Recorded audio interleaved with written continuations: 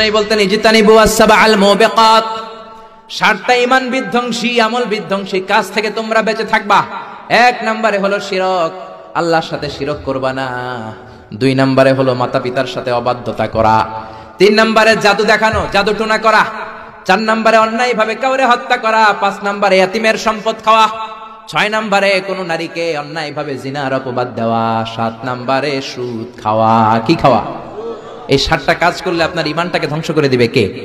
চিল্লায় বলেন কে? এজন্য দুনিয়াতে যারা সুদ খায় তাদের সম্পদে কোনো বরকত নাই, তাদের শুধু রোগ আর রোগ, টেনশন আর টেনশন, আছে না নাই? আবার বিশ্বনবী বললেন যারা সুদ খায় তাদের 3টা শাস্তি। কয়টা? আরো জোরে বলেন কয়টা? 1 নম্বরে কিয়ামতের দিন আল্লাযীনা ইয়াকুলুনার রিবা লা ইয়াকুমুনা ইল্লা কামা ইয়াকুমুল্লাযী ইয়াতাখাব্বাতুহু শাইতানু মিনাল মাস। সুদের 1 নাম্বার শাস্তি, কিয়ামতের দিন সুদখোর যখন কবর থেকে উঠবে রব্বুল আলামিন তাকে জিনে ধরা রোগীর মতো পাগলের মতো উঠায় দিবে। সুদখোর কবর থেকে উঠে ভূতে ধরা রোগীর মতো, জিনে ধরা রোগীর মতো, পাগলের মতো লাফাতে লাফাতে উঠবে। তারে দেখে কিয়ামতের ময়দানের সবাই বুঝবে লোকটা হলো সুদখোর। কি খোর? আরো জোরে বলেন। এটা হচ্ছে 1 নাম্বার শাস্তি। 2 নাম্বার শাস্তি বিশ্বনবী বললেন আমি স্বপ্নে দেখলাম কিছু লোকের পেট হচ্ছে বিশাল বড় ঘরের মতো, আর ওই পেটের ভেতরে দেখলাম ভয়ঙ্কর বিষাক্ত সাপ। জিব্রাইল রে বললাম ও জিব্রাইল মান হাউলা, এরা কারা?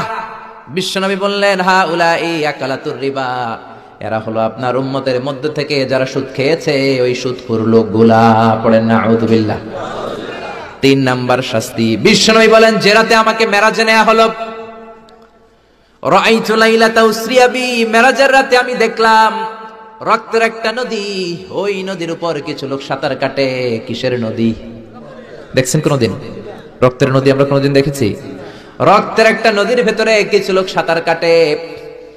সাঁতার কাটতে কাটতে বাঁচার জন্য যখন পারে আসতে চায়, তীরে আসতে চায়, কিছু ফেরেশতারা অনেক বড় বড় পাথরের খণ্ড নিয়ে বসা, তীরের দিকে আসতে চাইলে প্রচন্ড জোরে পাথর নিক্ষেপ করে তার চেহারার দিকে।